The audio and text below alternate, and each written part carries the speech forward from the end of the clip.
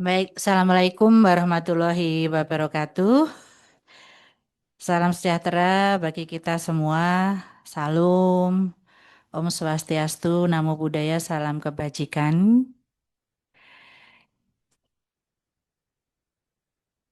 Yang saya hormati, Bapak narasumber, Bapak Freddy Mulyansah SEM Han, AAP CGRS. Beliau adalah internal auditor BPKP. Mungkin beberapa teman sudah familiar ya dengan beliau. Karena beliau memang cukup intens ya Pak memberi pelatihan di Kemendagri ya. Ya, yang kedua Bapak Tri Atmaja Ragil, Jatmiko, Internal Auditor BPKP, Bapak Ibu, para pimpinan unit kerja dan para fungsional atau peserta kegiatan manajemen risiko unit kerja, baik yang hadir secara luring maupun daring. Pertama-tama saya sampaikan ucapan terima kasih yang sebesar-besarnya atas kesediaannya untuk hadir pada kegiatan evaluasi dokumen manajemen risiko tahun 2025 dan asistensi penyusunan dokumen manajemen risiko tahun 2026. Pertama-tama puji syukur kita panjatkan kehadirat Allah Subhanahu wa taala, Tuhan yang Maha Esa, karena hanya dengan karunia-Nya lah kita dapat berkumpul dan bersilaturahmi pada kegiatan hari ini. Semoga kehadiran Ibu diberikan balasan ya dan dapat untuk memajukan lembaga IPDN dalam hal pengendalian risiko. Bapak Ibu hadirin yang berbahagia, pelaksanaan manajemen risiko tahun 2026 ini diatur dalam Keputusan Menteri Dalam Negeri nomor 114 garis datar 5467 tahun 2022 tentang manajemen risiko di Kementerian Dalam Negeri. Ada beberapa poin penting ya yang perlu disampaikan. Yang pertama itu pada Diktub keempat Kemendagri itu disebutkan bahwa manajemen risiko itu diimplementasikan melalui pembentukan unit kerja manajemen risiko eselon 1 dan 2 yaitu UK1 dan UK2 dan ini SK-nya udah ditandatangan Pak Rektor ya. Jadi IPDN sudah melaksanakan diktum tersebut yaitu membentuk unit kerja manajemen risiko. Dan yang kedua, pelaksanaan proses manajemen risiko itu dilaksanakan oleh seluruh unit risiko atau UPR dan diwajibkan untuk menyusun dokumen manajemen risiko atau risk register tahun 2026 pada setiap level atau tingkatan, yaitu dimulai dari perumusan konteks, identifikasi, analisis, evaluasi, mitigasi, serta pemantauan dan review sebagaimana telah diatur pada keputusan Menteri Dalam Negeri. Dan yang ketiga, pada semester 1 itu masing-masing unit atau unit kerja eselon 1, 2 diwajibkan untuk menyusun formulir 1, yaitu formulir konteks manajemen risiko dan formulir 2 identifikasi, analisis, dan evaluasi risiko, serta formulir 3 formulir prioritas dan mitigasi risiko. Sehingga kegiatan ini diadakan dalam rangka memenuhi beberapa pelaksanaan dari Kemendagri terkait manajemen risiko. Eh, para narasumber nanti akan memberikan pemahaman bagaimana menyusun manajemen risiko yang sesuai dengan visi misi juga yang sesuai dengan Restra Kemendagri. Setelah selesai memberikan materi tentang prinsip-prinsip selanjutnya nanti ada asistensi penyusunan dokumen manajemen risiko tahun 2026. Jadi diharapkan seluruh unit kerja mampu menyusun dokumen manajemen risiko yang komprehensif, terstruktur, dan selaras dengan tujuan strategis organisasi masing-masing. Dan dokumen tersebut diharapkan tidak hanya bersifat administratif, tapi juga menjadi pedoman dalam pengambilan keputusan dan pelaksanaan kegiatan di masing-masing unit. Bapak Ibu yang saya hormati,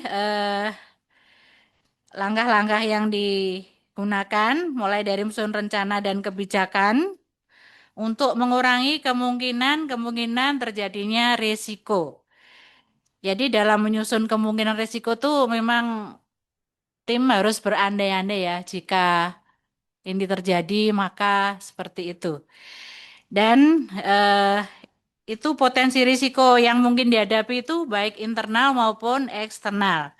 Setelah itu baru menilai seberapa besar dampak risiko dan seberapa mungkin atau kemungkinan risiko itu terjadi sehingga perlu ditetapkan tindakan preventif serta menyusun rencana kontingensinya. Output dari kegiatan ini diharapkan nanti tersusun draft ya. Draft dokumen evaluasi risiko dan tersusunnya manajemen risiko unit 1, unit pemilik risiko sebagaimana tadi saya diskusi dengan beliau dari pekerjaan atau draft yang telah Bapak Ibu susun itu dapat langsung diinput di sistem informasi manajemen risiko. Sehingga Bapak Ibu tidak perlu bekerja dua kali. Jadi alhamdulillah tadi narasumber sudah menyampaikan bahwa sudah juga memperoleh materi terkait apa kegiatan-kegiatan yang ada di masing-masing unit di IPDN. Ini saya berharap kegiatan ini dimanfaatkan sebaik-baiknya oleh seluruh peserta sebagai sarana diskusi dan pembelajaran. Jika selama ini memang Bapak Ibu masih belum memiliki pemahaman yang optimal, karena memang dalam menyusun MR itu ibaratnya dari pernyataan MR itu mitigasinya sudah tergambarkan seperti itu. Jadi di sini kita undang dua narasumber sehingga bisa ada diskusi ketika memang Bapak Ibu memang ada banyak hal yang belum dipahami terkait eh, penyusunan dokumen manajemen risiko. Nah, ini akhir kata saya mengucapkan terima kasih kepada seluruh pihak yang telah berkontribusi dalam terlaksana kegiatan ini. Semoga kegiatan ini berjalan dengan lancar dan memberikan manfaat yang sebesar-besarnya. Dengan mengucapkan Bismillahirrahmanirrahim, kegiatan evaluasi manajemen risiko tahun 2025 dan asistensi penyusunan dokumen MR 2026 secara resmi saya nyatakan dibuka.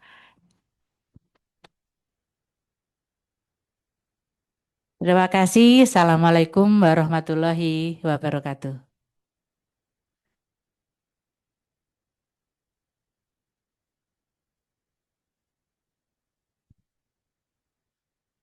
Assalamualaikum warahmatullahi wabarakatuh. Satu aja.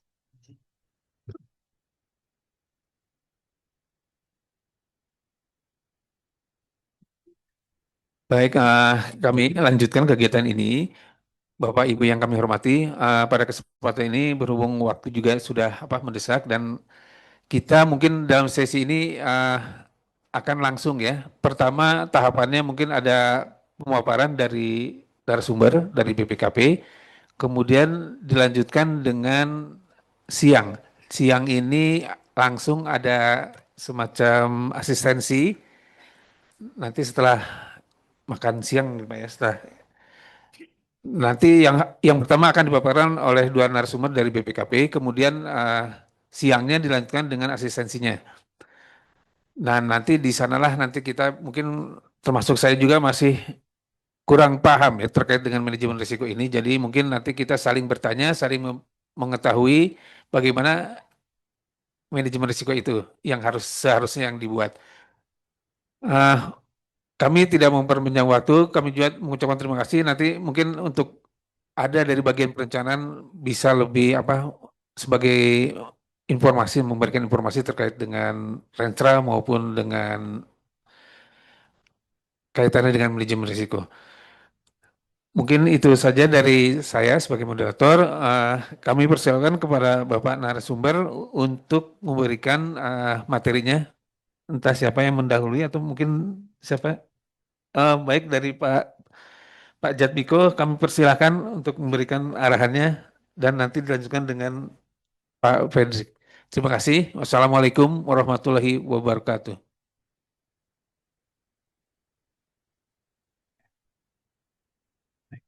Terima kasih Pak Tekno dan Bu Kalan serta Bapak Ibu peserta kegiatan pada pagi hari ini.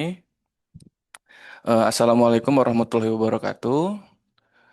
Selamat pagi, salam sejahtera buat kita semua.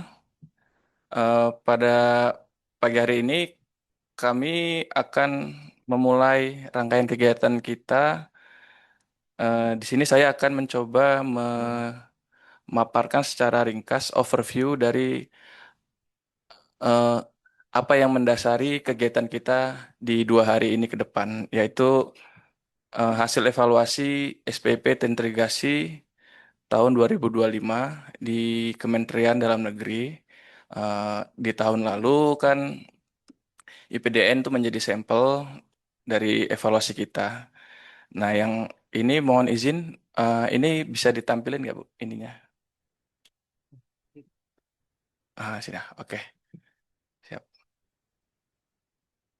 Di sini saya akan mencoba menyampaikan sedikit overview dari hasil evaluasi yang telah dilaksanakan pada eh, tahun 2025 yang lalu. Eh,